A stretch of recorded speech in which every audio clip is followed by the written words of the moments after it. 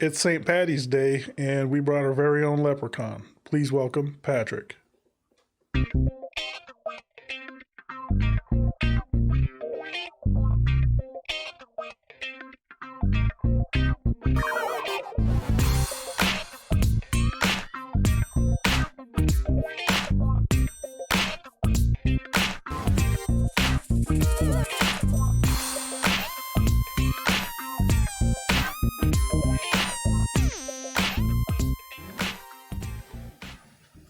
Hey everyone, so we're back with episode 3, and like I said, we brought our very own Patrick. And for those that don't know, during our last episode, Julie had mentioned a Patrick. This is her husband. How you doing? And for the record, I believe I have some Irish. I wouldn't go and say that I'm your very own leprechaun, though. Well, we're just going to pretend. Shh. Okay. Don't tell nobody. So that's how the magic of all this works. We'll just lie. Okay. Just make shit up. So this little bit will get cut out, and then nobody will okay. No. They'll just hear it. We'll just lie all the way through if we have to. So how do you feel about the geriatric fan base oogling Julie? I'm not really too concerned about that. Okay. She's just got to get her stamp ready for her thumbprint. She can do that, and then I can just play the waiting game. Oh, okay. And eventually that fan base will die out. Yeah. Oh, let me kind of bring something up here. For the sake of, not like it matters because I'm not making any money off of here, we can't mention the C word of what's happening with the virus. We have to skate around that. We're just going to call it the beer virus. The beer virus. Yeah. So I'll explain why. So apparently YouTube has decided to demonetize any videos that titled or using that name in their videos. And I think, and this is just based off my assessment, I don't know if this is true, I think it's because you have so many people out there just trying to spread out bullshit. And they know it's a hot button topic and everybody's panicking looking for information, so they're trying to capitalize off of it. Gotcha. Get a lot of views, a lot of clicks. Yeah, a lot of views, a lot of clicks, and they're trying to discourage people from doing that. So, not that I'm going to generate too much off of this video. Hopefully I do, but probably not. So you don't think I add any value to this? Well, it's probably more me. People are still upset that I changed the name of my channel and that I'm doing this. Well, some of my subscribers are a little unhappy, but they'll get over it, or they can unsubscribe. Really, go somewhere else. Yeah, this is what I do. So, what do you think about all that stuff with the scares and how people are reacting? My initial thought was that. Well, we'll go back to my initial thoughts when it was first few months back and talked about before it even came over here. I was talking with a coworker at work, and it was just like, wow, this is some serious shit.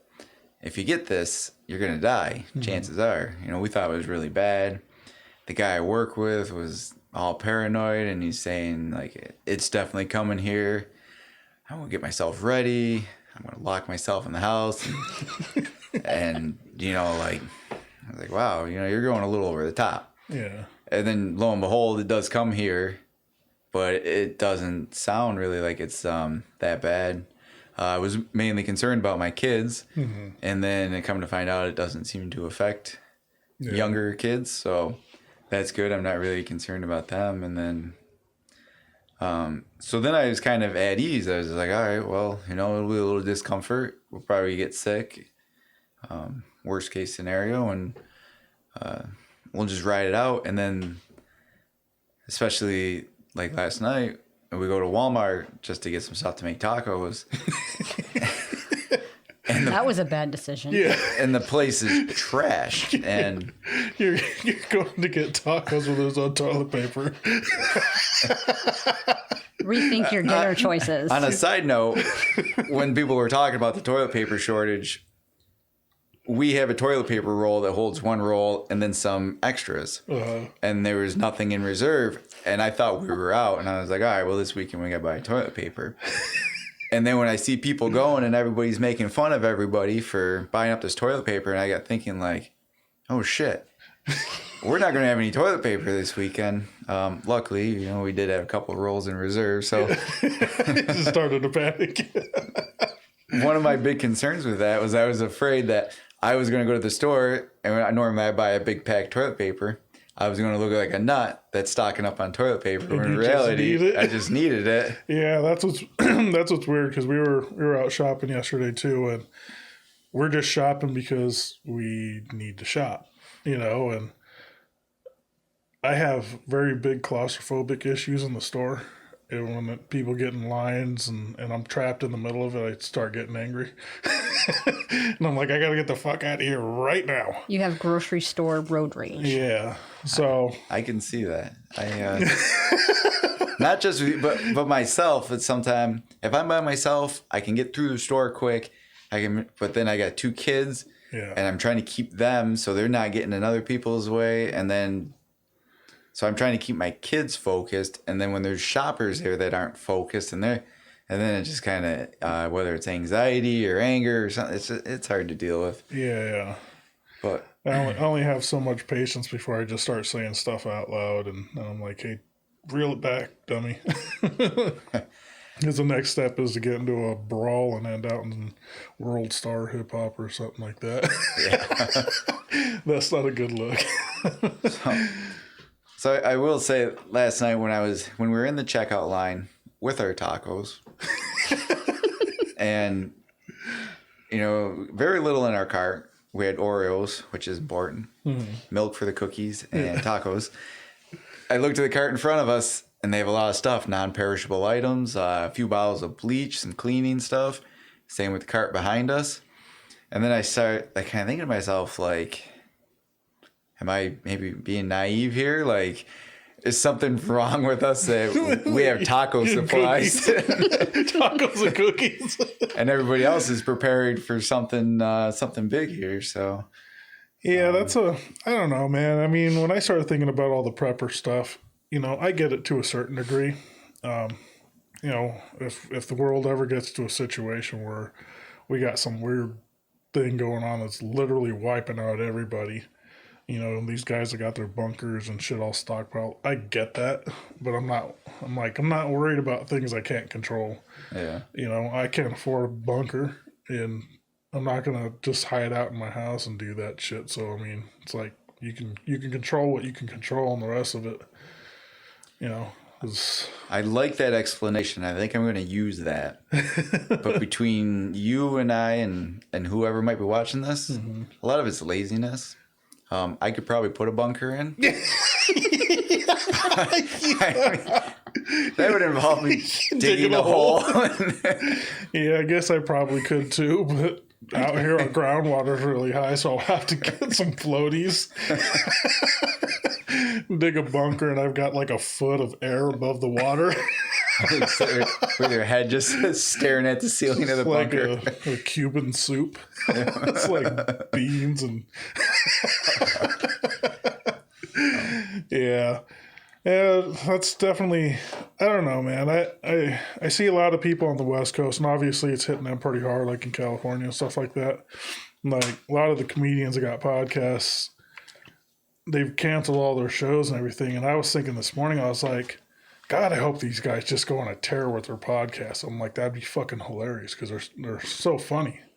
You know, just leave the dumb shit out and just give us comedic gold on podcasting. That would be awesome. I was listening to a radio show yesterday, and that was something they brought up, is if a lot of people are quarantined or a lot of people are staying home from work, and then what kind of stuff is that going to produce? People trying out podcasts or doing podcasts, and then musicians that are just kind of experimenting with things, and it'll be interesting to see how everything evolves. Yeah, and this sort of thing, like being in central New York, we're used to snowstorms. You get warning, like, all right, there's going to be a bad snowstorm, and people go out and stock up, and like, I got to get through 3-4 days. And we'll be in the house kind of going into this now. I don't know how long, if something like that happens, how long you're going to be holed up or. Yeah. That's the other weird thing. It's like, some of these people keep saying, everybody should just go on lockdown for like 2 weeks and just get it over and done with. And I'm like, well, none of us really know how long that's going to be. And I'm like, 2 weeks today and next week, this is a massive country. In terms of what other countries look like, this is like a continent. It's like Italy is the size of New Mexico. Yeah. So it's, when they talk about Italy being complete lockdown, I'm like, well, that's New Mexico. Yep. We locked down this entire country and it's still got to spread across the entire United States. It's like, how long is that going to take? So I had the opposite idea today. I was thinking how you have chicken pox parties for kids. Rub some of those people on you. You could have a bunch of people get together at the grocery store, and you get the virus, and you tough it out, and then wouldn't it work like the flu or something? You get the virus, you get past it, and you move on. Yeah. I do remember back in the day, like when I was a little kid, I got chicken pox, and they didn't have no problem letting other little kids play with somebody with chicken pox because it was like, well, you're gonna get it. Yeah, they want. So you might as well get it during the summertime when you're not at school or something. we never had the party. I just remember getting chicken pox and just having to ride it out. That was brutal. I honestly don't remember. The itching, how bad it was. It's just something you go through. And honestly, I was surprised to see that they have a vaccine against it now. Yeah, I don't even know. It kind of shows maybe I don't pay that much attention in the kids' development. But there was also a statistic that came out about deaths for different viruses, and chickenpox was listed on there. Mm-hmm. I didn't know that was a thing, that you could die from chickenpox. Yeah, actually, because shingles is the same thing as chickenpox. It's the adult version. It's the adult version. It causes those guys all sorts of problems when they get it. I don't know all the details on it because I'm not a doctor or nothing, but my grandmother had it before she had passed away, and I guess it was extremely painful. I just remember I was real young when I got it because my uncle got it, and he was not my age, but a little bit older than me at the time.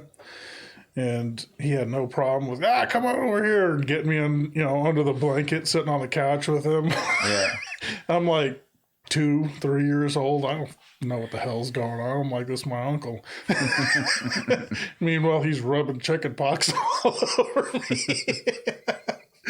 Next thing you know, I got that. And I just remember I could not relieve the itch at all. It was so bad.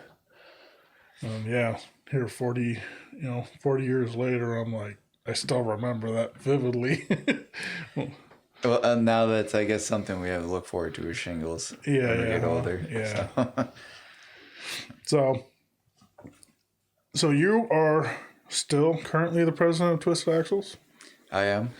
I keep trying to get somebody to step up that's maybe a little bit better communicating, more personable.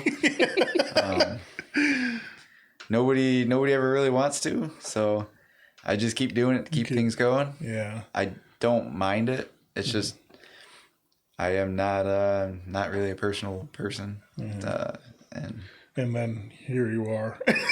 Yeah. trying to be part of the podcast and communicate. We'll see how this goes, and we'll keep it rolling.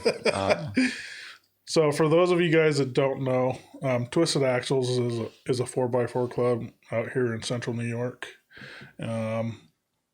Both Patrick and I know each other through the off-road scene up here and known each other for a number of years. And we hang out and go four-wheeling every now and then. And that's what our connection is. Do you want to tell them anything about Twisted Axles? Well, the club's it's been in the Syracuse, central New York area for quite some time, 20 years now. Okay. So, and we're just try to be we'll say like a family friendly just a general good club. We're not a bunch of guys that have loud trucks and drink a lot of beer and go play in the mud. We got a pretty diverse membership, and where we do have people that drive loud trucks and drink a lot of beer and go play in the mud. For the most part, everybody's friendly. We try not to be overly intimidating, so that if there are new 4x4 owners, Jeep owners, that type of thing, they can join the club and come out with us. And my ultimate thing is I try to get as many people, not even just into our club, but into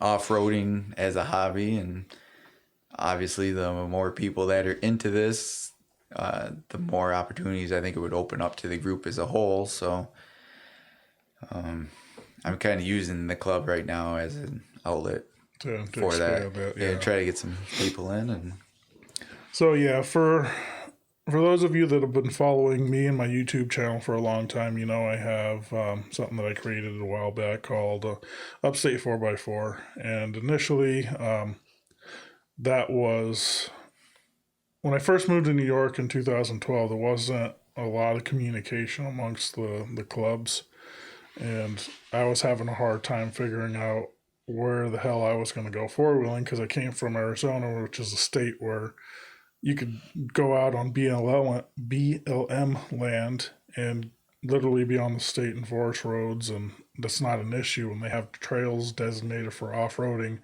all over the entire state. It's not like any one particular piece of land. So coming to New York, where everything is pretty much illegal, if it's not on private property, that was kind of a little bit of a shock to me.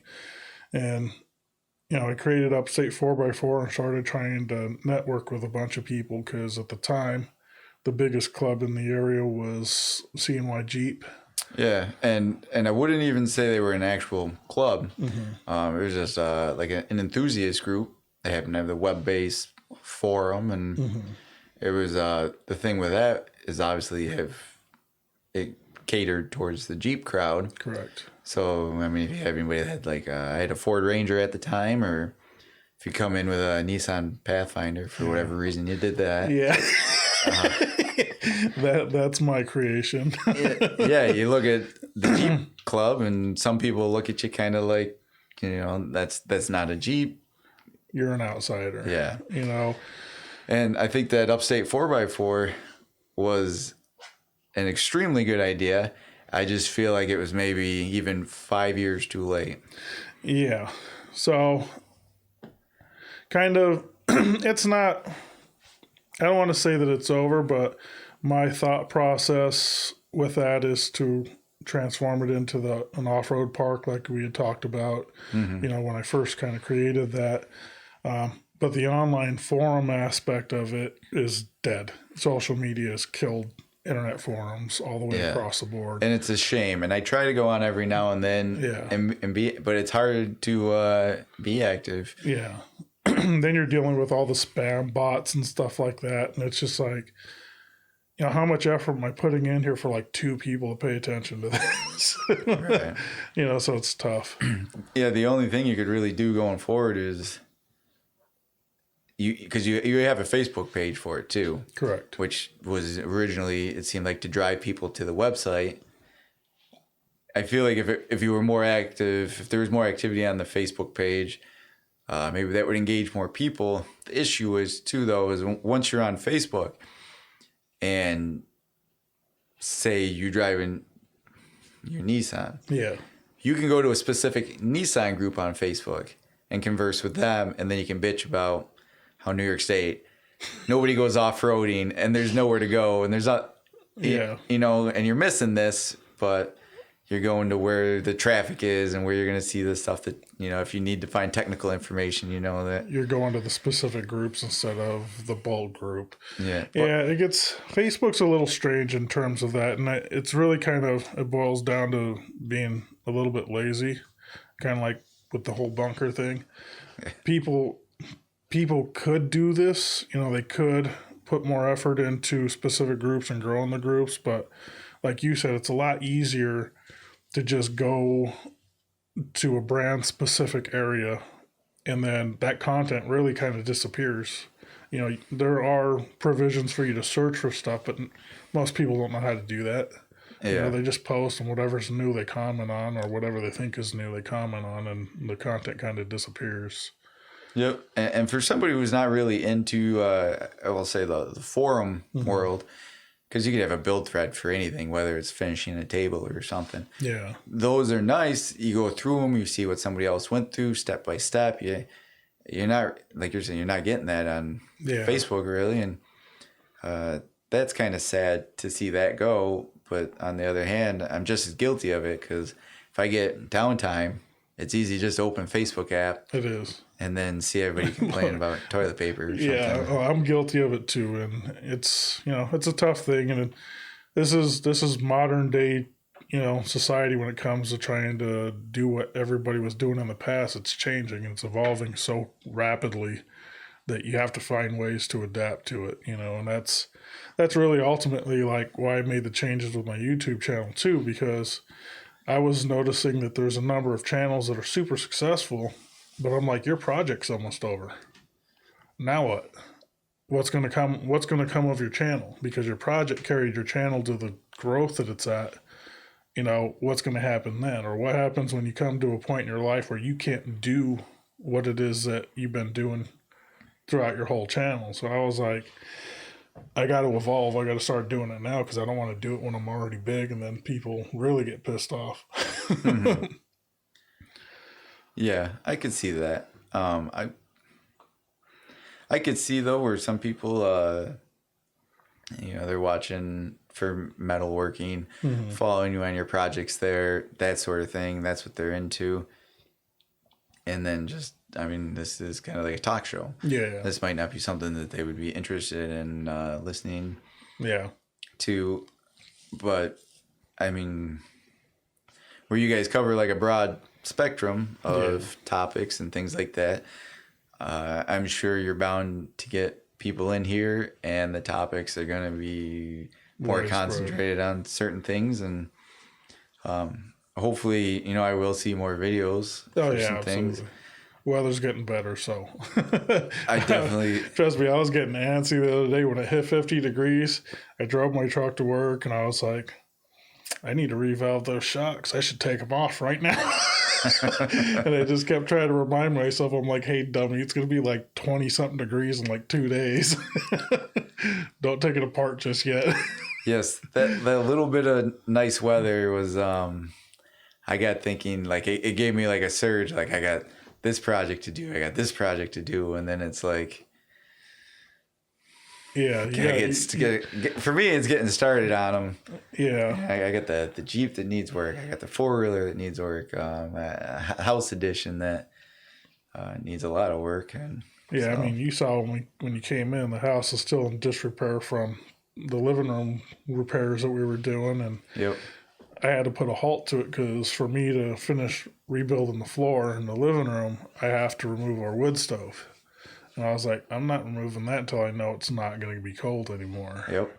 You know, so, you know, for those of you that aren't from this area, that's our reality. When it gets cold around here, you change your ways until it starts to get warm again. And, you know, those project videos are definitely coming, because I've got some projects to do. You got a long list. Yeah, I got a long list of stuff I want done. And I've been preparing for it, so I'd like to see you get that ambulance finished up. That's high priority too. I've got all the parts to get the Pathfinder re-geared and do everything I need to with that to get it right. They're just literally sitting in the spare bedroom.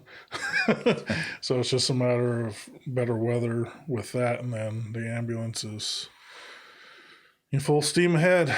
I got to keep that thing from getting more rusty, because right now the whole sleeper and flatbed is just raw metal covered up with a tarp, and that ain't doing shit. Yeah, you're gonna go through a lot of flap wheels. Yeah, flap disc, cleaning that up. yeah. We'll have to get back in touch with one of my sponsors and see if we can get some more free flap discs. Do some testing. So I wanted to talk about your pet, if you don't mind. Oh, Mr. Tony. Oh, yes. Tony. Kind of do a memorial on that. So back in, I don't know, how many years ago was that? Like 4 years ago or something? I don't know. I don't remember. There was like this meme floating around. Maybe you could look it up. Do Jesus butt. Jesus Oh, dog. yes. So there was this, I guess it's a meme. It really didn't show anything. It was this picture of this dog's ass, and the way the hair around his butthole looked, it looked like Jesus. There we go. Bring it up. Show him on that. Yeah, so there we go.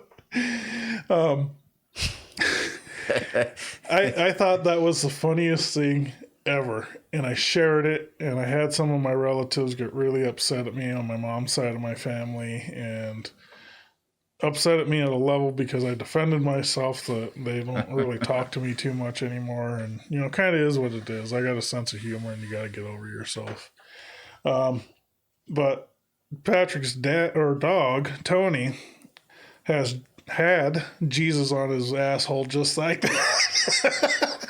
So one of our off-road events that we were at, Tony was there, and this is when I discovered this. And I was, we were fairly new and getting to know everybody around locally in the off-road scene, and I'm over here nudging Angela, and I'm like, look, that dog's got Jesus on his ass. So the entire event, which was an overnight deal, was this topic of discussion was Jesus. We kept referring to Tony as Jesus, while Jesus was over there humping the other dog's face. That was Travis, remember? It was Travis. A little bit of information on Tony was he was a puggle, which is a pug beagle mix. So he had a little curl in his tail, and it always stuck up. So unfortunately, everybody got to see Jesus' face all the time.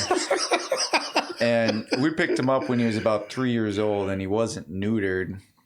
And we did get him neutered, but he just kind of had that ingrained in him where anytime we brought him over to somebody's house that was new, he'd pee on something. He'd mark. And he would hump every dog he could try. And he especially had a thing for bigger dogs. Yeah. The challenge to get up there. So it's like the guy with the big chick. He's like, hey, I got to conquer that mountain. Yeah, he definitely had... Short dog complex? Yes, very much so. And, I had a friend who you could describe was similar attribute. There was a lot of similarities between them, so he was named after him. I don't know what lineage a puggle would be, but I always kind of pictured him as an Italian. Italian. And not that there's anything wrong with Italians. I don't want to. They're very religious. But he was an asshole. He really was. But he just, he really latched on to me, and I never wanted a little dog like that. But he did everything I wanted. He loved running in the woods and running with the four-wheeler. And I tried at the time I had a little Ford Ranger, and I built a little deck behind the back seats so that he could sit there and look out both back windows and put his head through the back windows. He'd never sit on it. He always had to be sitting on my lap when I was driving. No matter how much I tried to fight it, he just wanted to be right there. Yeah. So there was the one time I went over your house, you were mentioning that something about a party favor. I was going to get into that story. I assume this is what you're talking about. Because this, I don't know really how to set it up, but we're at my parents' house, and the dog's running around, and because his tail's always curved up, and you always have to stare at his butthole. And I happen to look, and I see a little bit of white, and it's like, oh, God damn it, he's got worms or something. And my son was young at the time, and I I didn't know if it was going to hurt my son. I didn't know what the hell it meant if the dog had it. So I'm just kind of like, at first, just kind of like, hopefully the thing will just fall off. And it's not going anywhere. So I call the dog into the kitchen and I grab a paper towel and I'm going to just go, I'm trying to wipe it off and it's not coming off. And it's like, okay, what the heck is going on here? So with the paper towel, I grab it and I start pulling. And next thing I know,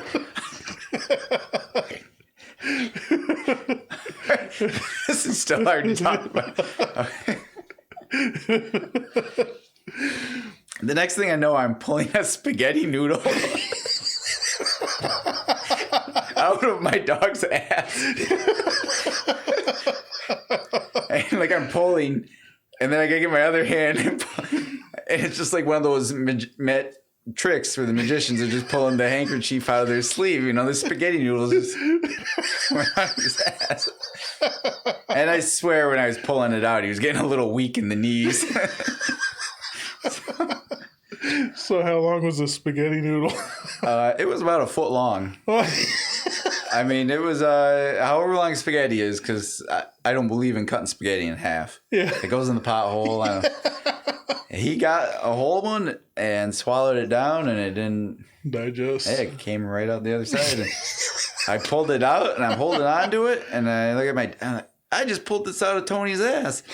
And my dad's just kind of dumbfounded.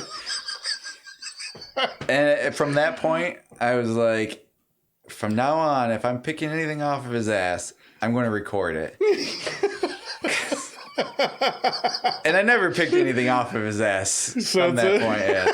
That was a once in a lifetime event, and I'm glad I got to share that with him. Yeah. And that's why we love our pets, right? Yes. Yeah, so that's an awesome story.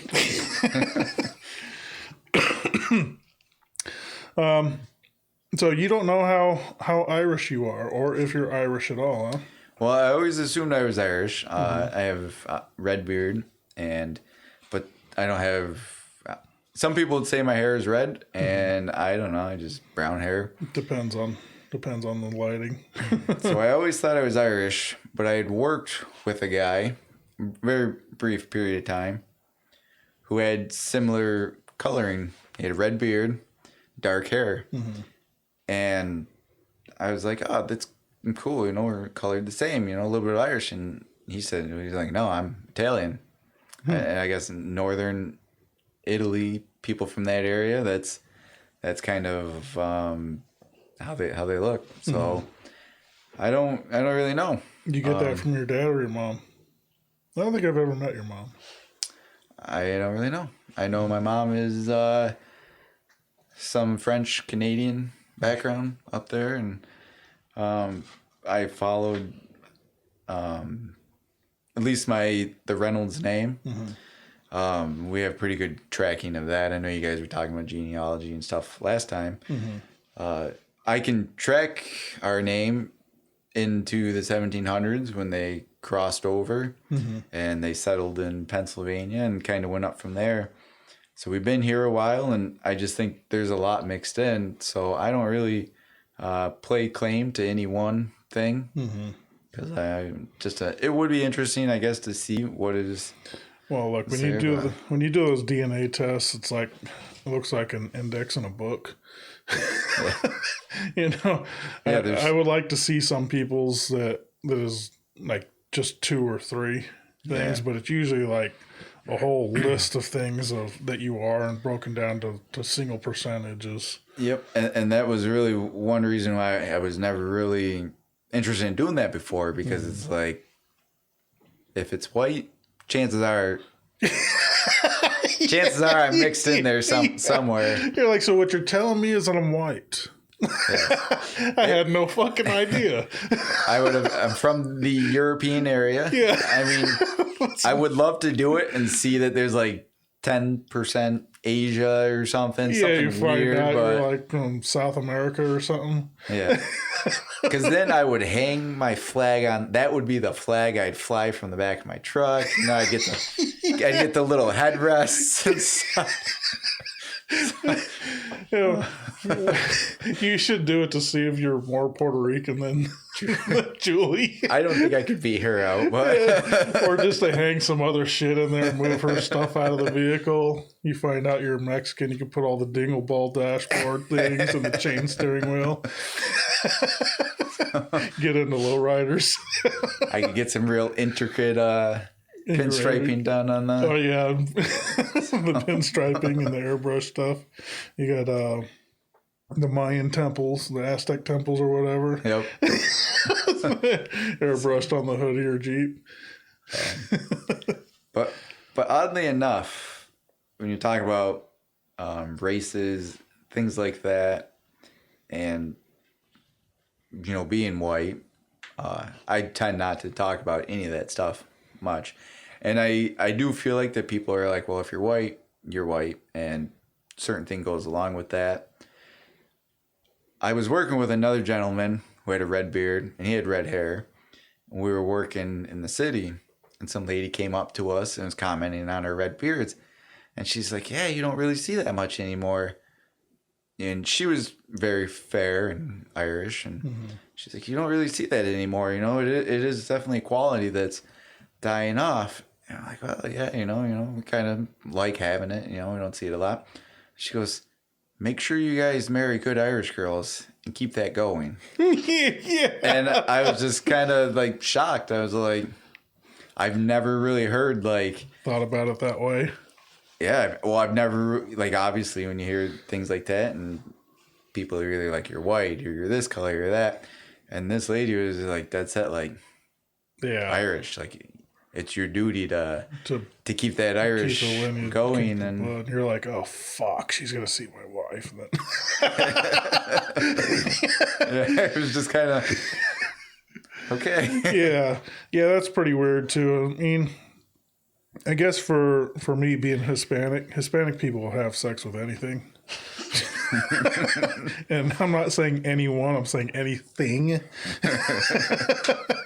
Well, I mean, let's not just. I mean, there's some white people in the hills and stuff that. Yeah. I mean, if I'm not mistaken, somebody not too far north of here just got busted for something with a goat. Really? I believe so, and I'm sure maybe somebody listening can comment and correct me on the story there. But so that actually brings up a very good topic of discussion because having sex with goats.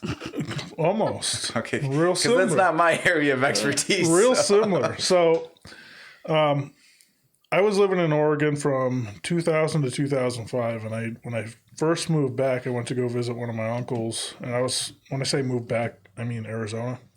I went to go visit one of my uncles out in Scottsdale, and at the time, I smoked weed occasionally, and we were smoking weed in his back room, and they had the news playing just off ambient, whatever. We're just talking and the news is going.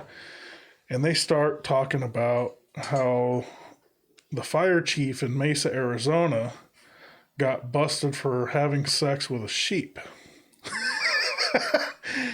And I'm like, did I just fucking hear that right? I'm really not doing well, right? I'm just trying to have a coherent conversation without losing it. And I'm hearing this off in the background. All of us just kind of turn what in the fuck did we just hear?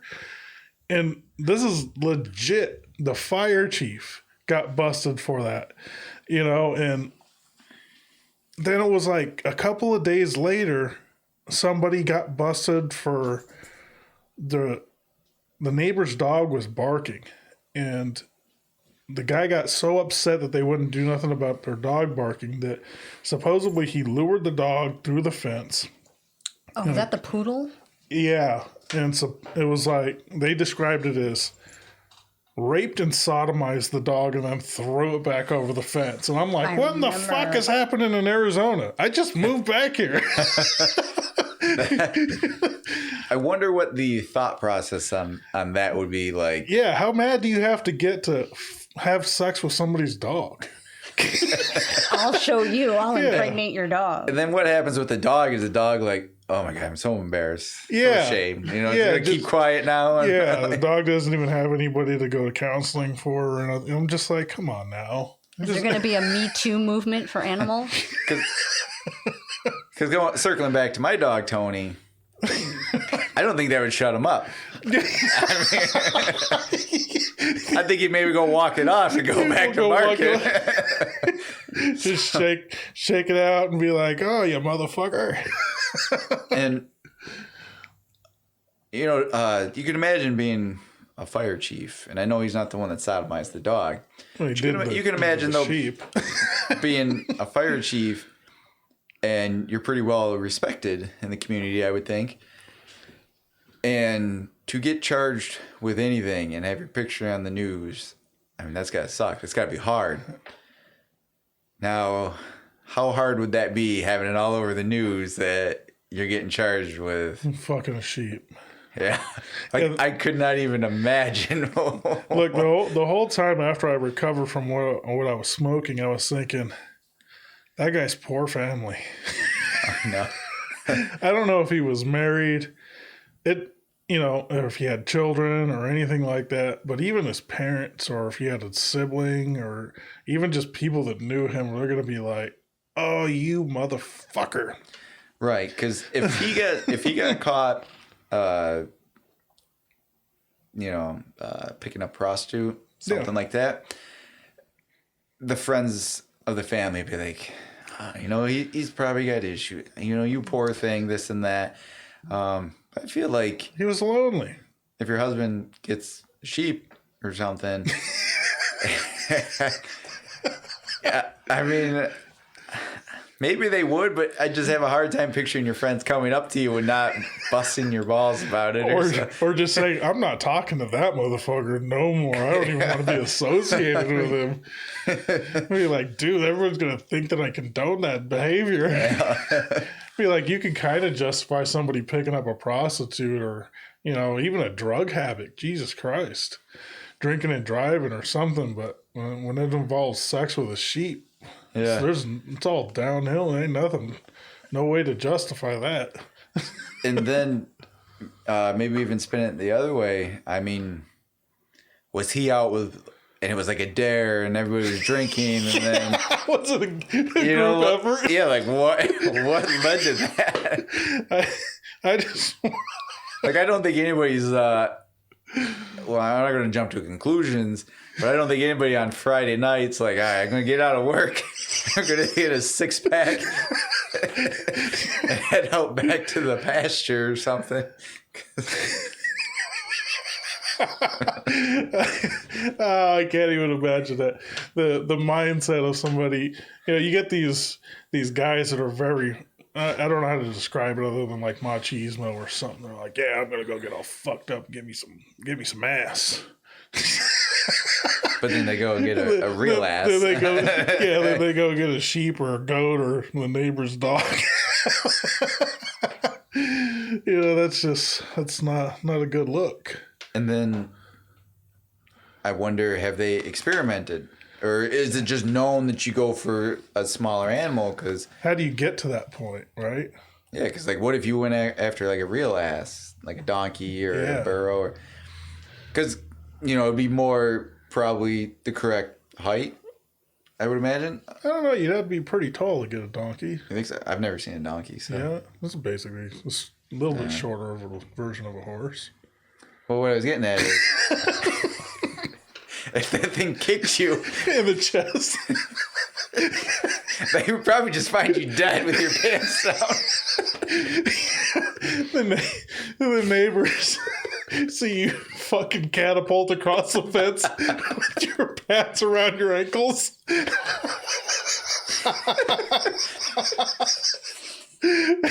Just fucking a big pile of dust as you're rolling through their fucking yard trying to get your shit together.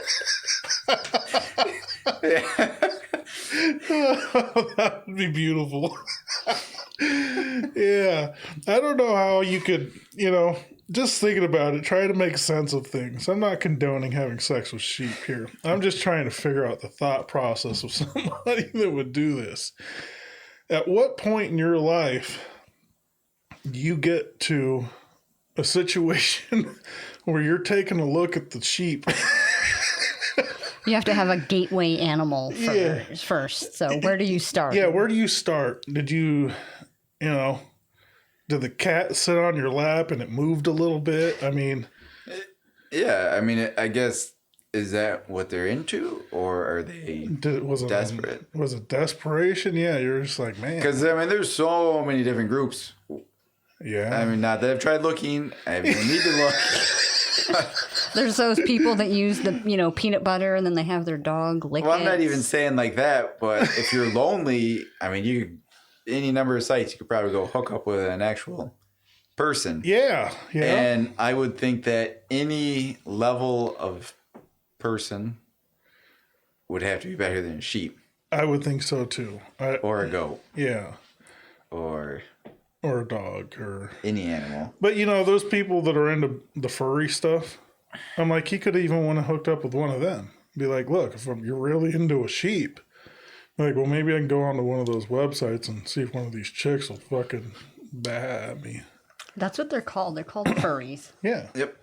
Well, and that's another thing all on its own. Because, yes, you question people that are having sex with animals.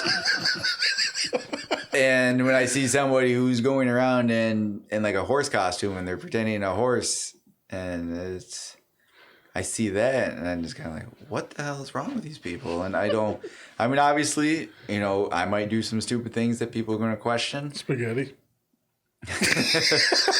That was out of necessity. Yeah. But it wasn't because it turned you on. Any sort of thing, like I feel like any sort of thing I do, somebody could be like, all right, I could see that. I could see how that makes sense. But when I see somebody wearing an animal costume and pretending they're an animal and they're... A little strange. Yeah. A little different. Then on the other hand, when people go around and they do the live action role playing where they're pretending they're fighting monsters and they have swords and The stuff. cosplay stuff. Yeah, and then it's kind of like, all right, well, I mean, I could kind of see that, it's one step out of Dungeons and Dragons, and then maybe the furry thing's one step beyond that. Yeah, I guess if you were never really into like the action type cartoons and stuff, maybe you were into the My Little Ponies. Well, yeah, that's a whole nother group of people. Those are the like the boys that are into that. Have you seen that? They're called bronies. I saw a Bob's Burgers episode where they were doing that, and that is my only insight into that type of community. Yeah. So no, I did not know that was a real thing. Yeah, it's a real thing. So for those that don't know, there's a group of people in this, I guess, world, I guess you can say, that are into the guys that are into My Little Pony, and they call themselves bronies. And I don't know the whole ins and outs of it, but it gets a little strange. That type of thing, that type of stuff concerns me. Having myself, young kids, and then I see something like that. Now, it might be one thing, like maybe I grew up watching that show, and then it's just kind of like, I'll keep a collection of toys under the bed because whatever. I feel like the monetary value of them is going to increase. Mm-hmm. But when I see guys that are 25 years old or 30 and they have, the dyed hair and they're wearing the pony, and it's kind of like, all right, that's a little weird, and it starts making me get nervous of my children. As in nervous, as you're worried that they may be into that, or get nervous because one of those guys. I when I see that, as bad as it is, I think pedophile, yeah. And that's probably a horrible assumption to make, and it's certainly nothing I would act on. But that type of stuff's in the back of my mind. These people are on the internet. I know my son's getting to the age where he wants to play games on the computer and things like that, and then I know that there's people like this on the other side of that. Now, the only thing that I'll say is that I don't know that it's sexual for them. Now, I'm sure it is for some of them. I mean, when you're talking about guys, most things are sexual. I would agree. I just, You know, I don't know. I don't know if it is necessarily sexual, but it is just kind of, I see that and I'm kind of wondering. Like it's a window of opportunity. Yes. Or what's going on in their head. Like, why are they, and somebody could always come back and just, that's what they're into. There's grown adults. They're into Star Wars and dressing up as Star Wars and stuff. So, I mean, like I said, I would never act on anything. I would be weary having my kids do anything with any adults that I didn't know if I wasn't there. If my daughter wanted to go to My Little Pony convention thing, and there's people dressed up like, I mean, it is what it is, and yeah, we live in a strange world because a lot of this kind of stuff is becoming more. I don't want to say sensationalized, but it's just more in the open. So whether it be bronies or whether it be cosplay or furries or the ABC people, as I think it was Dave Chappelle put it, or the LGBT whatever. Mm-hmm. An acronym's way too big for me to remember. Plus, I'm dyslexic, so not saying that there's anything wrong with any of those people, but like I said, guys as a whole, and anybody who denies this is a fucking liar if you're a guy. Most things that run through our mind is sexual in nature. Unless it's like a project. And even then, the sexual jokes and innuendo and dumb shit come flying in the window quite often, So, it's a little hard to say that, that's not there, that that window of opportunity is not there. So, it's a little strange because the kids are growing up and these things are becoming popular, I guess you can say. Or, even like, the trans stuff, and I don't have issue with trans people at all, but how much of it has become a trend versus actually feeling that way, and then children start getting involved and things get real murky and weird and, and it's like, yes, and I think it could be very confusing for them. I could think back to when I was in kindergarten, and my mom was a stay-at-home mom at the time. Mm-hmm. She watched a lot of soap operas, and you'd kind of watch that stuff. So you're seeing people in relationships and marriages on TV and stuff. And as a kid, I was always like, I don't know who I'm going to marry. Mm-hmm. Like, how do I know? How do you know? How do you know? And my mom would always say, like when you get older, you got plenty of time to, normal talk. And my thing was always just like, because like I didn't talk to girls. Mm-hmm. I was terrified of them. Yeah, and it was like all my friends were guys, and if it was something like that I knew, like marrying guys was an option, I would have, like at a young age, I would have been like, I'm more comfortable around guys. Yeah, I'm going to do that. Hell with talking to girls. if it didn't involve any wieners, you were fucking game. But at a young age, that sort of thing, like the sexual aspect of it, doesn't come into play. Like you're looking at companionship and friends, and like that's all that was going through my head. So it was like, well, yeah. And now that this stuff is more accessible, or it's out there. Yeah, I feel like you see it at an early age that is. But again, it's something the kids are going to grow up how they grow up, and they're going to do what they're going to do. And it's kind of a weird thing because like Angela was talking about, you were reading some news article about some lady that said that it should be acceptable for women to walk around with their breasts out, and I was like, well, fuck yeah. There was a movie called Free the Nipple, And it's basically I saw that, but it wasn't the same this movie. woman who is basically fighting for the right. She figures if men can walk around without their shirts on, why can't women do it? So that's the whole basis of the movie. Yeah, so when I hear stuff like that and I think about it, I always think about, like, you know, a lot of third world countries where you got tribes and, you know, obviously they don't wear the same things that we wear. And there's no sexuality in terms of, you know, the females in their tribe maybe walk around with no tops on and nobody thinks twice about it. They're not like, holy shit, there's a titty. Well, it's the same way with nudist colonies. Yeah, so, you know, when you think about your kids growing up in a society where a lot of this, what our older generations would consider weird, you know, you're like, well, our kids are going to grow up thinking that this is normal behavior because they're exposed to it since they were born, basically.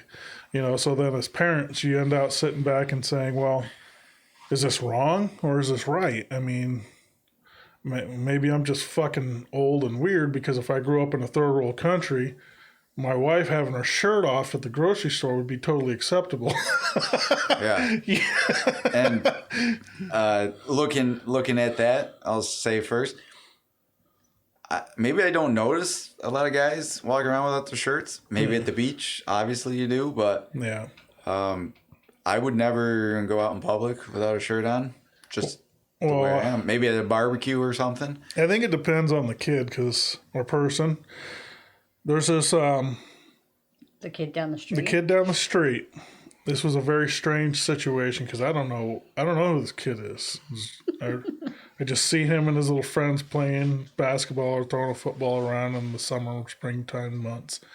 Well, one day we're driving down the street and this kid grabbed his titty and shook it at me while we were driving down the road. Normally I would think that was just hilarious, but I was slightly concerned. I'm like, what the hell did that mean? So then this kid's always running around with no shirt, and then one day he shakes his titty at me, and then what was it, like a few months later, I see him and his dad at the ice cream place down the road, and I'm like, do I tell his dad that his son was shaking his tit at me? Oh, I would definitely not. You know, that is something between you and that kid now. No, it's not. It's definitely nothing to do with me and the kid. It was just a violation on my eyes. But it was kind of funny, but I was just, don't do that at me. I'm a grown adult. What the hell? Do that at your friend. Yeah, so there are guys out there that they get an opportunity and the shirt comes off. I've never been that type of person, but I've got tits, so I gotta conceal them.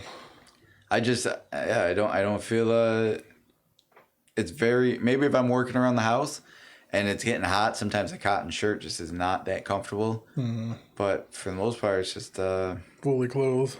We're like and I get the tan lines to prove it. Like Middle Eastern women. Just cover up. You don't want to get beat when you come home with your clothes on. And you brought up an interesting point too when you were saying that where they do it in countries in Europe and stuff, and where it is common, and people are growing up and they're used to that. Yeah. And here, I was not brought up that way, and I'm not used to that. Yeah. And I have a feeling that these women that are campaigning for that would be the same ones that would give me hell for staring at their tits. And I'm not, a little background into me. I definitely have attention issues.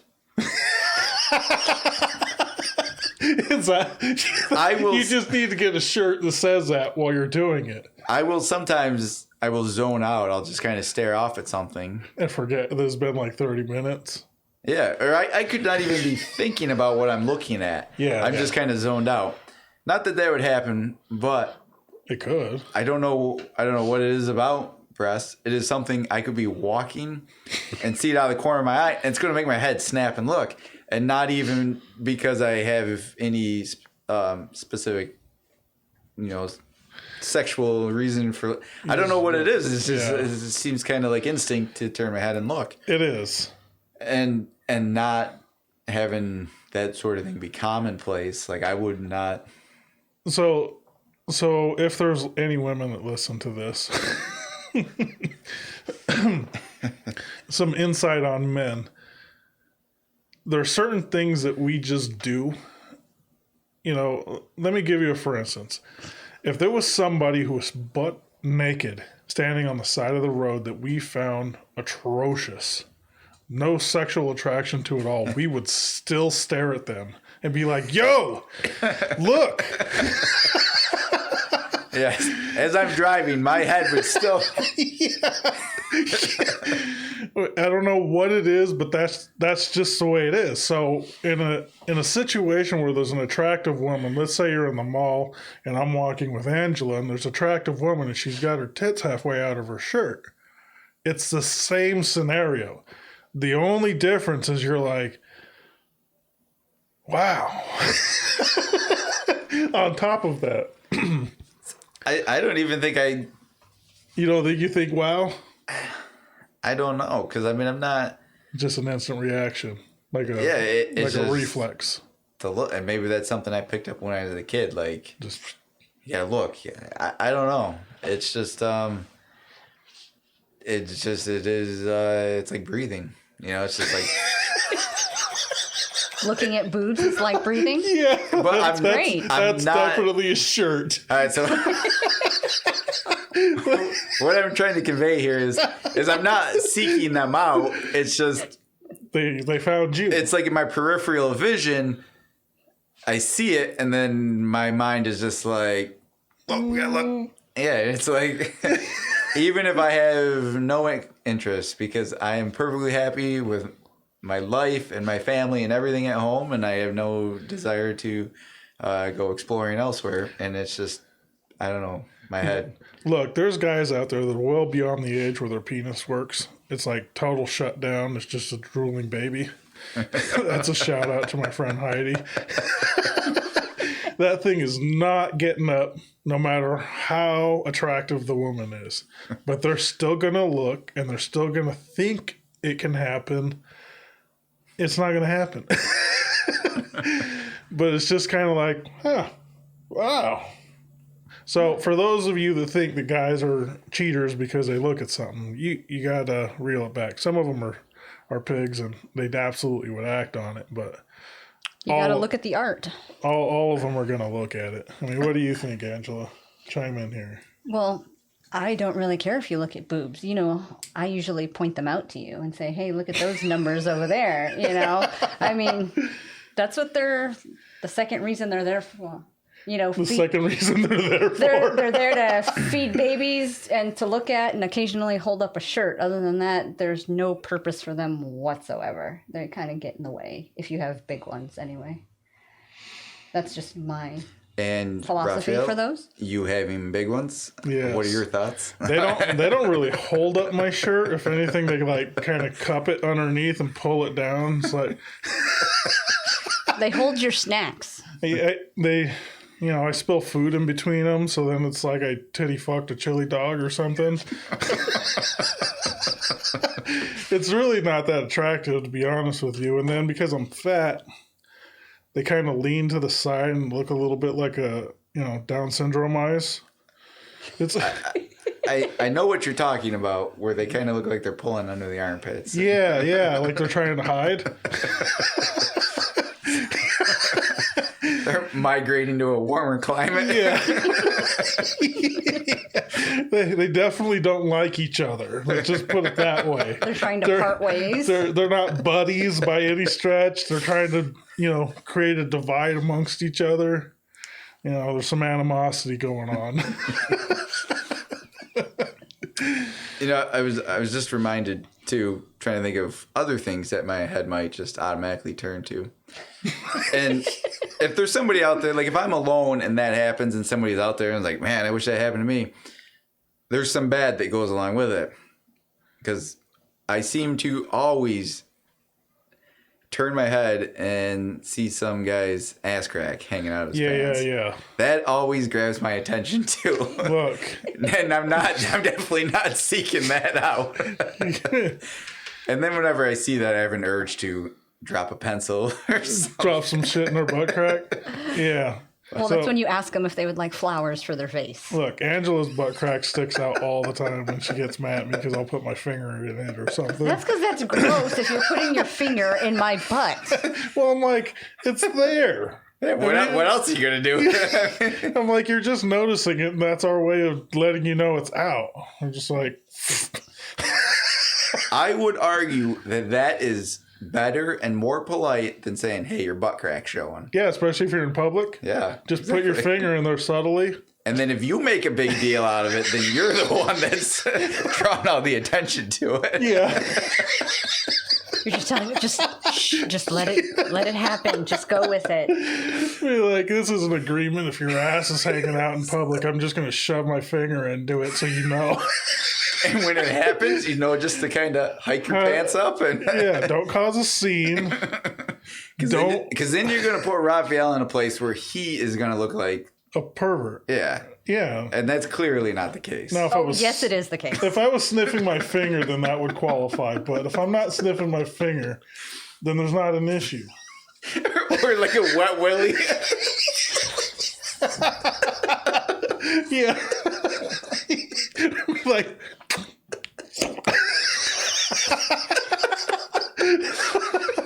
Stir it around. That'd be horrible on like a humid summer day because it's never dry.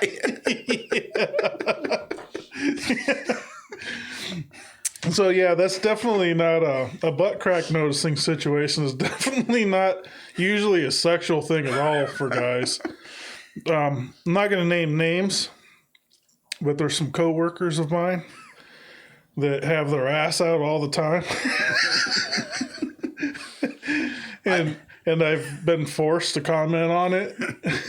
Why didn't you want to put your finger in their butt? Look, I don't want to run my hair through anybody's carpet. It might get stuck. I've thought about dropping a screwdriver down there, but then I don't want to ruin my Harbor Freight tools.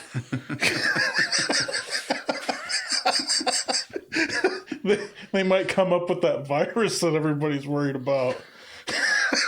So if you guys spend any time working outside, working by the water, and that happens, I'd have to imagine that they'd get a little tan line there. Right. It looks like a tramp stamp. It's gonna be in the shape of like, the Bob Ross paintings when he would do the happy little birds and they would look like a V. You got a happy little bird above your butthole.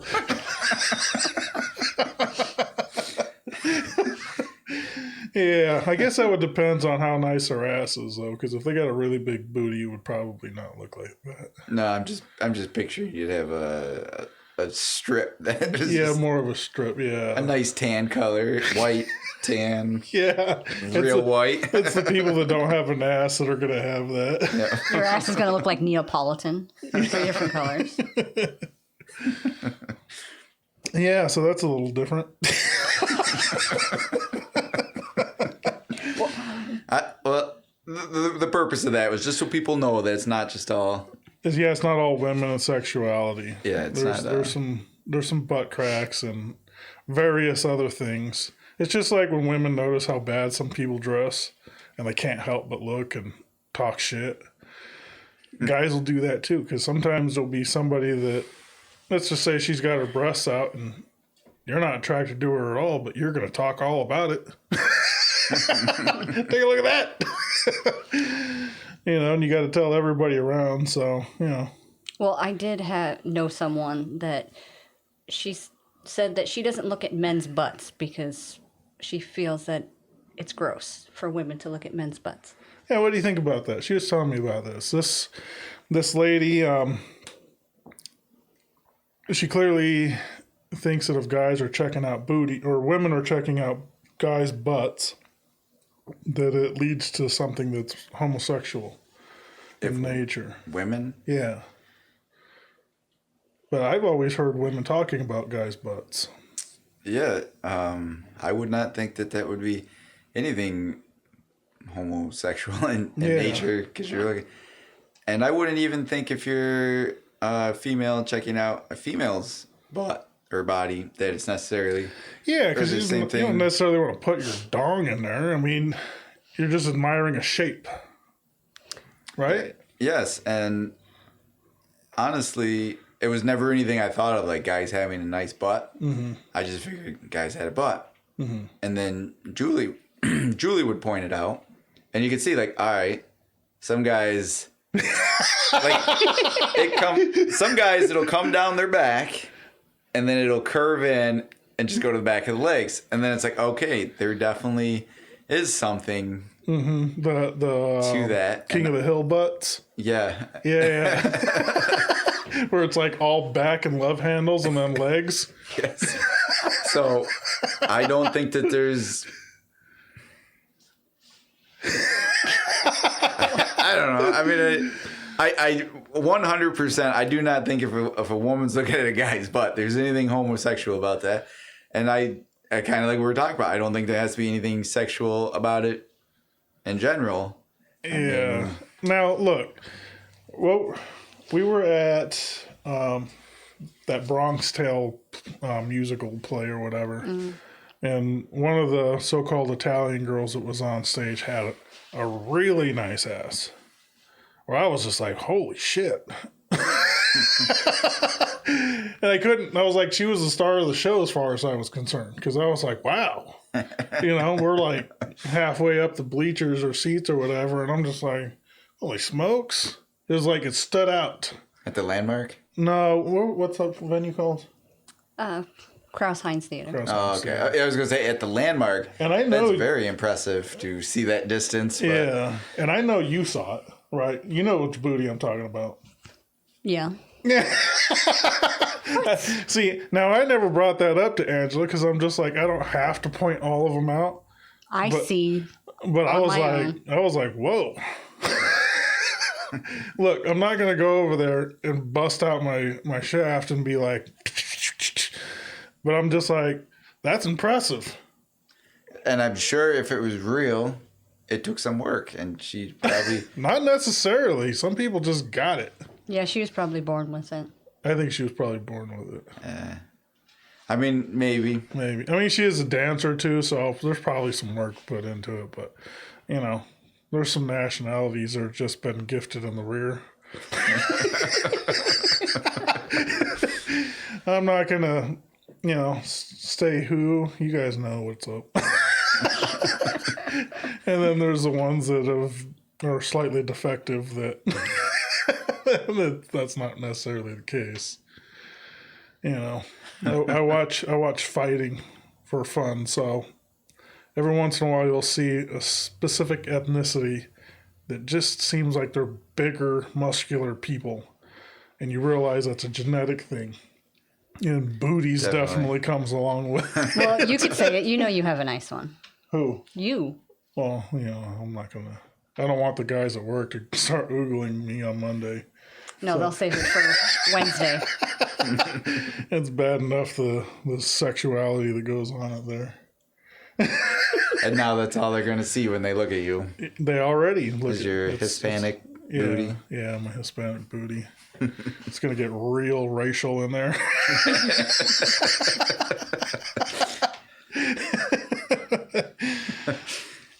So, I was going to ask you a you did what story, but Tony definitely... Unless you have another one. Unless you have another one. Well, the only thing I could come up with was kind of a calling out somebody at the gym. It is definitely a poopy, farty story, and I would hate for your viewers to think that this is all that it's about. But in case you don't know me, my maturity level is that of probably a 6-year-old. That's pretty much the way we roll around here. We can have serious conversations, but it turns into shit jokes in a drop of a hat. So I've been trying to go to the gym since January. I was one of those. I didn't actually make a resolution, but I was definitely one of those ones that was like, all right, start of the year, I'm going to go, and I've been sticking with it, which is good. But I get up every morning at 4:00, And I just roll out of bed and I grab my stuff, I get in the truck and I go. So by the time I get to the gym, I don't know why, my body is just, I gotta go use the bathroom. And every damn day, there's a guy in the bathroom. And luckily, I can get a stall between us. I don't know what he is doing. Like, he's in there, and there's a lot of grunting going on. Maybe and he's working out. A lot of grunt. Maybe he's doing squats. It could be. There's a lot of... He's working out his forearms. There's a lot of grunting and there's a lot of farting going on. And at first, it was kind of like, all right, maybe he's just a lot of cheese or he's just something. But I mean, I've been going there since January. Every day, it's the same thing. And then one day, I walk in and I go to my locker to take my coat off, put my bag in there. And it's a fairly good size locker room and the bathroom's off of there. Mm-hmm. And I could hear, like, I'm sure you are well aware, and maybe a lot of specifically maybe the male listeners know, that sometimes when you get up in the morning, like, it's like your body just doesn't release any gas at night. And you maybe have one, just... Good one. Yeah, dump everything out. So I'm loading my stuff into my locker, and I hear one of those echo out of the bathroom. Like, wow. Like a foghorn.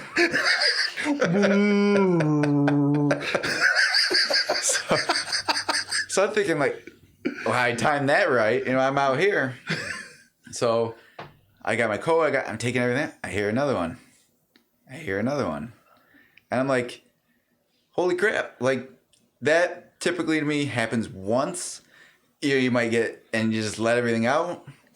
And this is happening. Like, I'm sitting out there and it's like, all right, I'm going to put my gym clothes on. I'll give this guy a little bit of privacy. I'll put my gym clothes on. I'll go use the bathroom.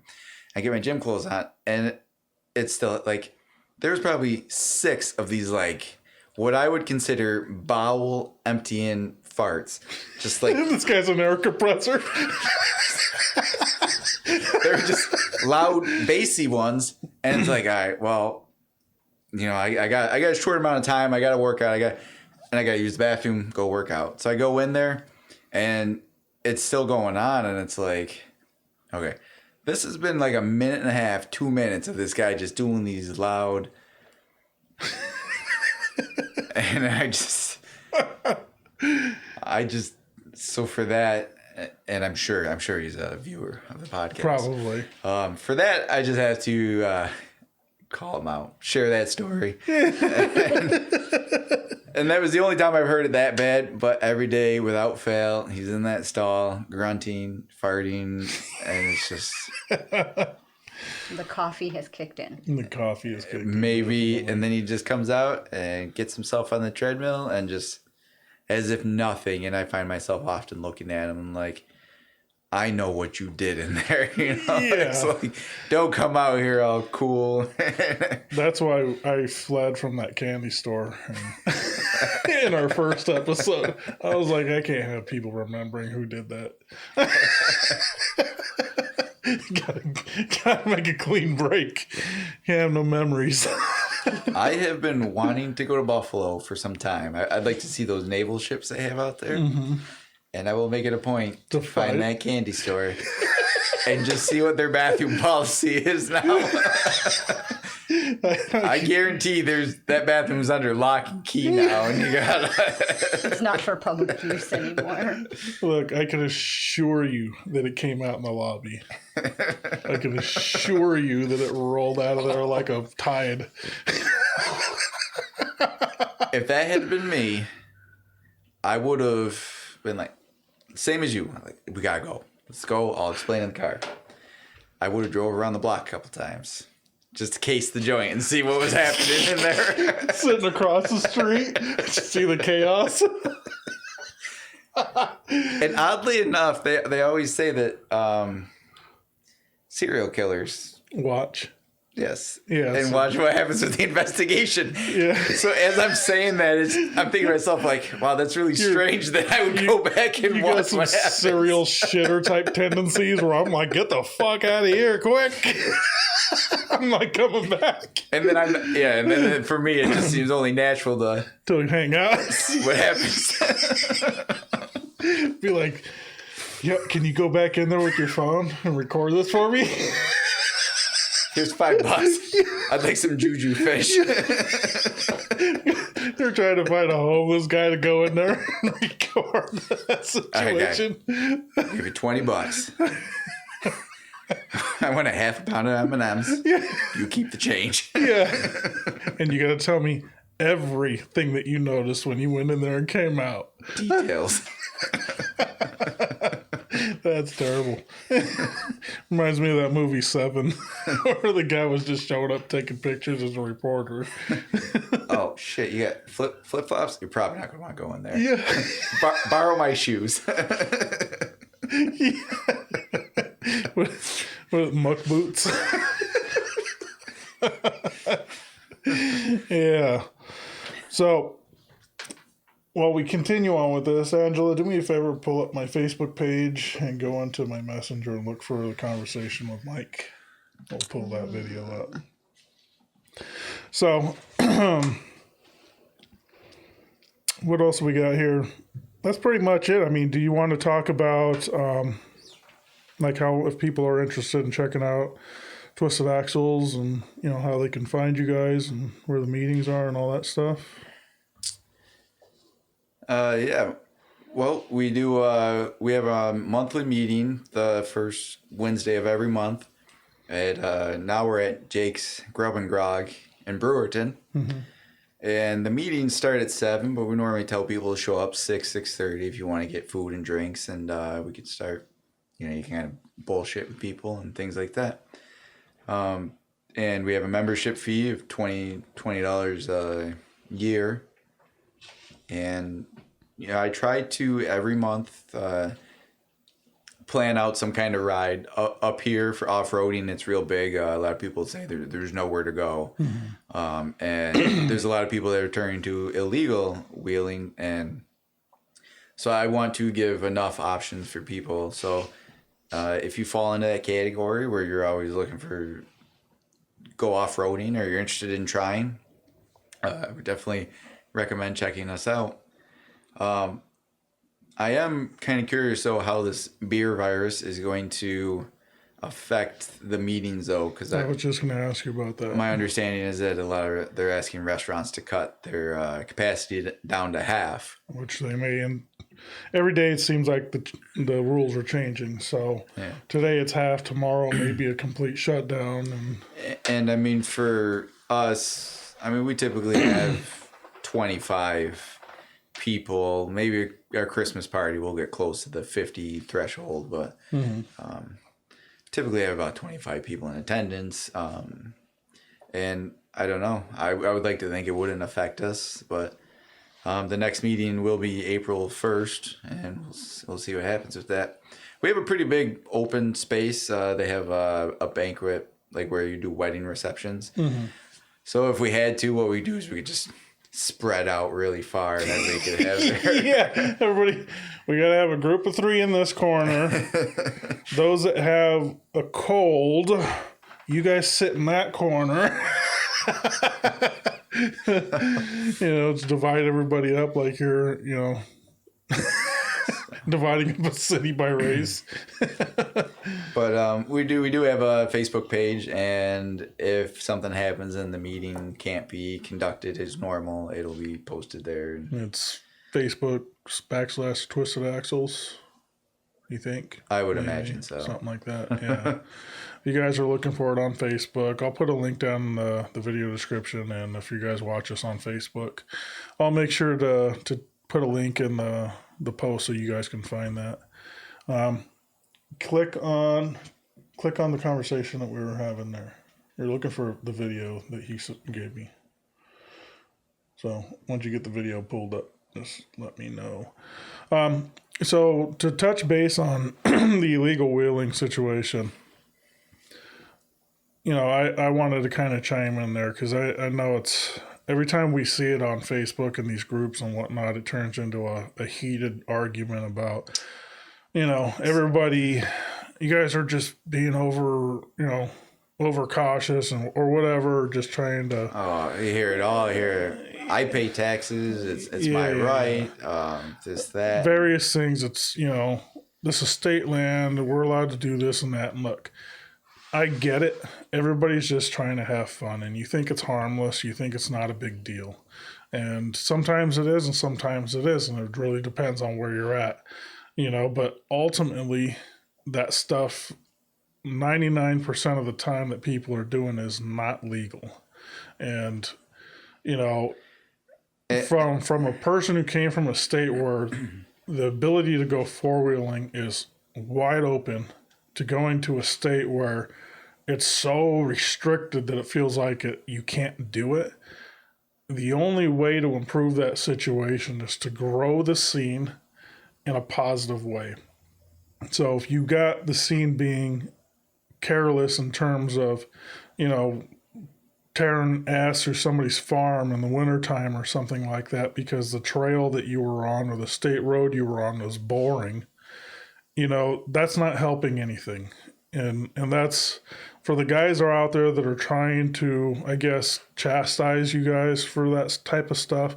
It's not meant to be an asshole. It really is because there's a bunch of us that really want to see things get better and bigger, and that's really what it just boils down to. We're not trying to infringe on having a good time. And this is always going to be the one thing. Like if anybody ever went to try to lobby or campaign for legal lands, or to even if somebody local wanted to open up a park and they wanted to go in front of a zoning board, because I'm sure you'd have to get special approvals. There's not going to be any land that's necessarily zoned for that type of use. That's always going to be the thing is, well, you go drive by the power lines and they're just rutted and it's just a mess. And where, like you're talking about opening up, you would like to open up some lands. Yeah. And whenever a group or an organization comes in and they open up some lands, they're going to take the steps to protect those lands, protected trails, maintenance periodically, where when you're just tearing through state land, we don't have anybody going in there and repairing that stuff, for one. Correct. And two, like Happy Valley is a big one. Mm-hmm. Even when you go off the road and you go in the drainage ditch, the town's got to come in and repair that. Yeah. And that's taking money. When you bury your truck in there and, whether if it's a winter time or whatever, you may not realize the damage that's caused there.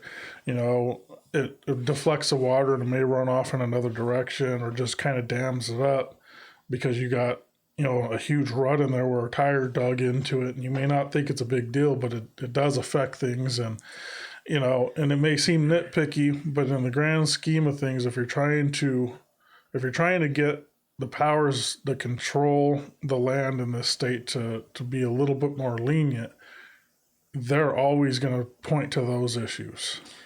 Yes, and there's other people that are utilizing, like my parents will drive through Happy Valley in their convertible PT Cruiser just for a ride, just to get some nice air, be in the woods. Mm-hmm. And, I mean, they're big fans of the off-roading, and they get it. Mm-hmm. But there's other people that are doing that same exact thing, and they're going to be pissed when that road's all washed out. Yeah.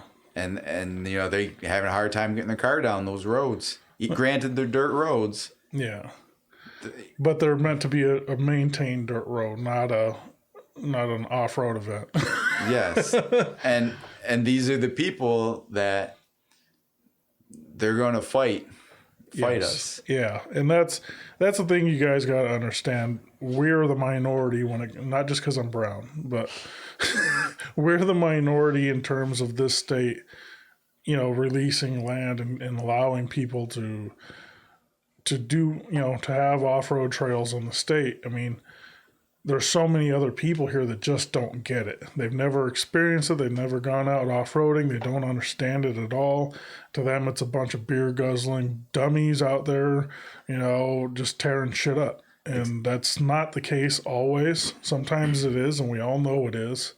But it's not always the case. And, And as what we need is a large group of people who aren't going to be like that are going to outnumber those people that do. Exactly. And I know there's been a lot of little upstart groups on Facebook and stuff. And the best thing I can say is, if you're not interested, if you're interested in doing your own club and your own thing, and you don't like how Twisted Axles operates and things like that, that's fine.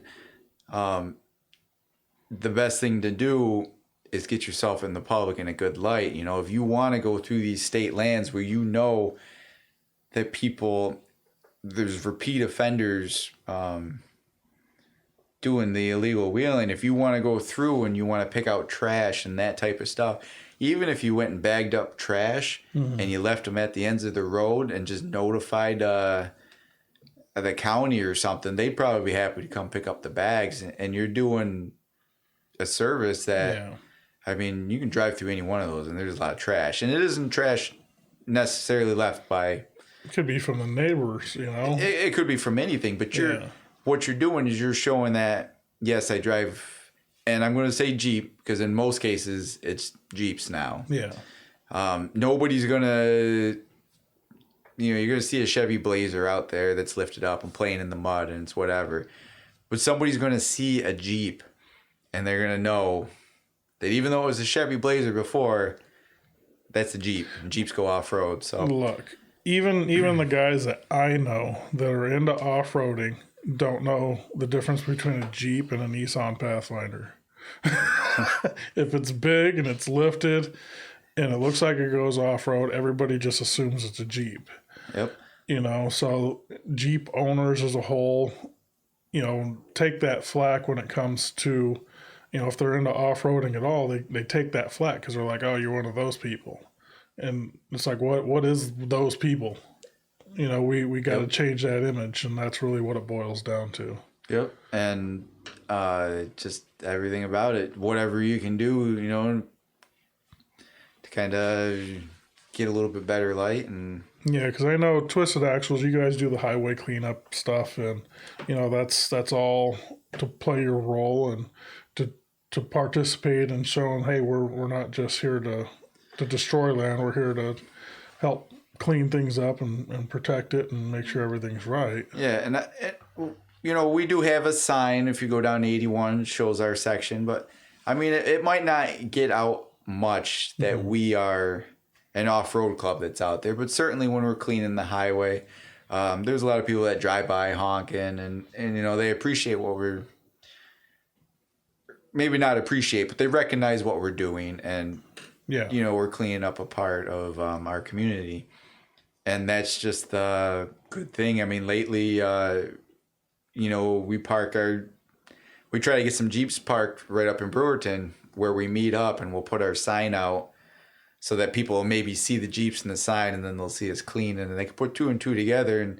And really, it is, I think, important to show that one hand washes the other type of thing. Yeah, like I'll try to bring my kids out in public when we're doing this Jeep stuff so that people can see that, we're not just a bunch of dudes that want to drink and party and play in the mud. Like I've got my kids and my family, and this is,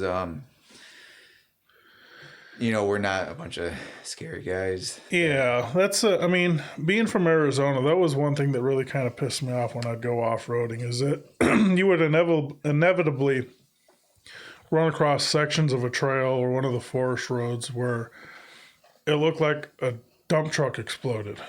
There's busted bottles and beer cans and bullet casings everywhere and just shit everywhere. And it's like, okay, that's a state where shooting, it's very gun friendly and stuff like that. But I'm like, do you have to leave that footprint?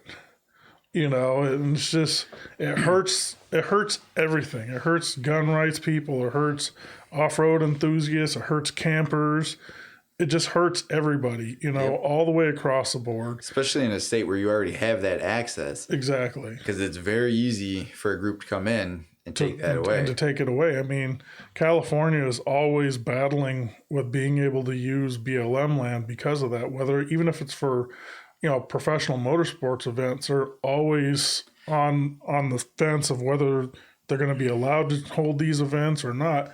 And when you're talking about event situations, you got promoters out there cleaning up after the chaos, and really doing a good job to make sure that there's no footprint left behind. If this is a private event, I mean, who's there to regulate that? You guys gotta understand that it's important to regulate yourselves. Spend that extra 5 minutes making sure everything's on the up and up. And you have to know too that when you're doing that, you're the one giving the ammo to these other groups. It would be nothing for like if they had some open hearing on closing the lands. If they even did an open hearing, I don't think most of the time they would. Most of the time they don't. All it would take is an environmentalist. I'm going to use the term environmentalist, but like a bug and bunny type person or somebody that's very nature should be respected, and I wipe my ass with leaves and this and that. Yeah. All they got to do is come in with some pictures, and it's over. And you gave them all those pictures. Yeah, you gave them that ammo to use against you. Yeah. And a group of people that have no dog in the fight, chances are they're going to look at that and be like, yeah, if we closed off this land to any, motorized vehicle traffic, the only thing you can do is hike, or you can ride your bike or your horse or something. And even that's still suspect because, let's be honest here.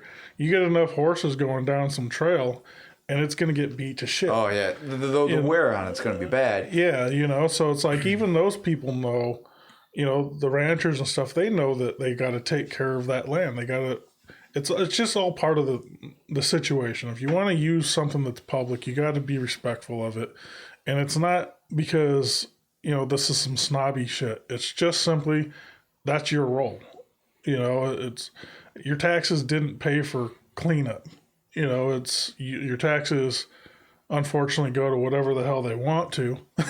But we don't have any say so on what they choose to let us use. And when they let us use something, you got to respect it because they'll take it away. It doesn't matter if you're paying taxes or not. Yep. And I guess that's definitely a good note. If you're going to insist on going on the state land and doing that, then try to keep that stuff in your back of your head. Like, do it responsibly. Mm-hmm. Maybe carry a trash bag and take some trash out here and there. Or, if there's one trail that you see is just getting a lot of use, don't use it. Yeah, if the thing is really thrashed on. One thing that I have to mention, too, a lot of these guys that like to go down the power lines roads, you like them because they're really rough and, they're not really used and it's more of a challenge. But you got to understand, those are not owned by the state. Those are owned by the utility companies, and they can come after you for tearing up those roads. So in a situation where we got a major power issue, they got to get their equipment down those roads. And if you thrash the hell out of them, it makes it more difficult for people to get down them. And that's just the truth. Yes. Certain of them are easements cutting across. It all depends on what they are. In my business, I do land surveying, and we did some surveying for the New York Power Authority. Mm-hmm. And we had to go through a whole seminar and training on their high power lines, and those they own the land, and that's a big thing. Yeah. Is they will, whoever they catch out there, they will prosecute to the fullest extent. And some of them you gotta watch where you see the petroleum line signs, mm-hmm. the gas line signs. They're supposed to be a certain depth, but they're not always that depth. No, they're not. The erosions of the road take some of the... As you think about that, if you got like a 40-inch tire and you're digging through the mud and... Or there may be a pipe or something, an access pipe sticking out, and you go smashing into it with your front axle. Yeah. What kind of havoc you're going to cause because this thing was covered up in, bushes and you just didn't know it was there. Yep. You guys got to be smart about it. And it's, like I said, it's not... when guys like us, when we're talking to you on the forums, we're not trying to be jerks. We're not trying to drain on your parade. We like I said, if it's my yard, I'm tearing that fucker up with my quad. Yeah, I got ruts all over my yard. I've been trying to get mine started, and I know it's going to tear up that yard once my son starts going out. But but that's ours. And it's like I'm still always cognizant too that am I pissing off my neighbors by doing what I'm doing, and it's just being respectful and just being conscious of what you're doing, and that's ultimately what any of us are trying to reiterate to those of you guys that don't understand it. And if you kind of get that, I think you'd get along real well with Twisted Axles group and pretty much any of the clubs around here for that matter. Most of the clubs that I've seen are responsible adults, and it's not chaos. It's good fun, and it's not overly uptight. We like watching people break their shit as much as anybody else. And contrary to popular belief, we're not an elitist Jeep club, and it's not an elitist Jeep community here. I mean, correct. We welcome all makes, models. Absolutely. I probably have one of the biggest piles of shit in the club, and yeah. So and I say one of the biggest because I know it's not the worst. Yeah. But we won't point fingers. But I will just say that I'll leave this person nameless, but I know they're listening. Fixed his steering box full with this spring perch. Yeah. We're not going to say his name, and I'm glad Pat brought it up and not me.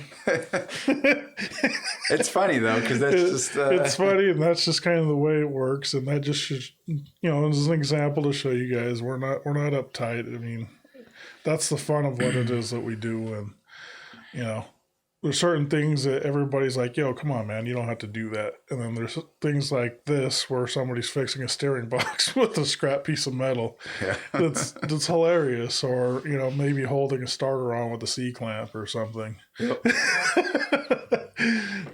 So if you guys are, if you think, I don't really have an off-road capable vehicle, mine's a piece of junk. Well, some of ours are pieces of trash too. And they work enough to have a good time, and that's all that matters. Yep. Not everybody's got tons of money to throw around, and it's not like that's what it's about anyways. It's just about hanging out, playing, and having a good time. And I'll end on the people who say there is nowhere to go wheeling. I can think of 4 places within an hour drive of us right now. Majority of them are going to be private land, and joining a local club get you access to that stuff. Absolutely. Last summer, I was kind of busy, and most of the people in the club were as well. But I know some joining clubs where every weekend, almost, there's something going on. Yeah. So. And that's something that we'll reiterate and is super important, and that's one of the things that I discovered with creating Upstate 4x4 was that I started to meet people, and like Pat, a lot of these members own property. This is rural America, whether you want to admit it or not. But some of the members have large chunks of land, and they just don't advertise that we go off-roading on it because they don't want random people just showing up to the property. And tearing it up and thinking that, hey, I come out here to go four-wheeling. Why can't I just drive up there on a whim and do that? So, you really need to network with these people if you're trying to actually do something other than, what could potentially be illegal. Mm-hmm. And just, let your guard down. Join up. Don't be scared. Get to know these guys. Everybody's good people, family-oriented, and just, like I said, we're just there to have fun. That's really what it boils down to. Yep. Some of us have, really capable, expensive shit, and some of us have barely capable of making it out of the wrecking yard vehicles. Mine actually came from a junkyard, so it's the whole spectrum, and it's a good time. Mm-hmm. So you got that video for us? Click on it. See if it'll enlarge. Don't double click on it. There we go. Okay. Now go to the yeah. So this is my cousin Michael. He's in California. He's got a story I really wanted to share last episode, but it's his story. It's kind of both of our stories. But he was the one at fault for it, so I figured I would let this be his you did what moment. So I watched it already, and there's some stuff I'm going to have to elaborate on, and some things that his memory's a little askewed because he was liquored up at the moment. But let's go ahead and listen to this. Turn that volume on there too. Which one? The one that's off. Yep. So go ahead and play it. So one day, Ralph and I were on a TriMet bus in Oregon on our way to a strip club, because that's what classy people do. They take the bus to the strip club. Anyway, we were discussing it and, checking out chicks and all this good stuff. And this lady who didn't look like a lady is like, I don't know why you guys are talking about that. You guys need to have respect about women talking in front of other women. And I'm like, well, we're not talking about you. We're talking about women. And turns out she said, I am one. The bus driver was shocked. So let me fill in the blanks here. At the time, my cousin was doing a lot of traveling around to trade shows and stuff. He was selling random things, rotisseries, whatever. And I had moved to Oregon, and I had started a recording studio up there in my house. And I was trying to talk him into coming and stay. And this was kind of in that transitional period where he was moving into the area, and we were going out and doing chaotic things. So, like he said, we were riding the bus to the titty bar. We were being responsible alcoholics, and maybe something else was in our system. This lady absolutely did not look like a lady, but my cousin did not know, nor did she tell him that she was a lady. So I don't remember the scope of our conversation, but it was definitely talking trash about women. And she walks up from the back of the bus to the front of the bus and says, I don't appreciate your guys' conversation. I find it really offensive. Typical Oregon bullshit, right? And I'm just like, oh, fuck. It dawns on me right now that this is a woman. She's just, very masculine. But my cousin still doesn't see this. And his response was, well, we're not talking about you. We're talking about women. I about started crying, laughing. The bus driver's laughing hysterically. And I'm like, we got to get the fuck off of this bus right now. Pulling that cable. Ding, ding, ding. We're close enough to the titty bar to get off. So I'm like, now. So we get off the bus, and I'm like, you stupid motherfucker, that was a woman. He's like, what? I was like, yeah, that was a woman. He's like, no. I was like, yeah. He's like, well, fuck her if she can't take a joke. So that was his story. That was a pretty fun moment in our past.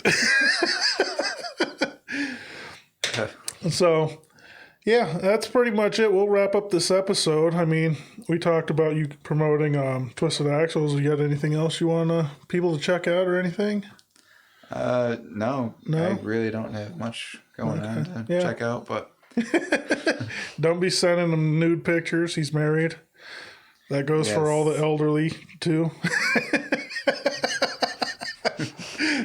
That would be terrible. Yeah. They're going to recognize you both at Walmart now. Yeah. So, anyways, thank you guys for watching. Like always, subscribe, comment, like if you're watching me on YouTube. If you guys are Facebook viewers, just follow us, follow the 63 podcast channel and share it with your friends. And yeah, hope you guys enjoyed this episode, and talk to you later. Bye. Bye.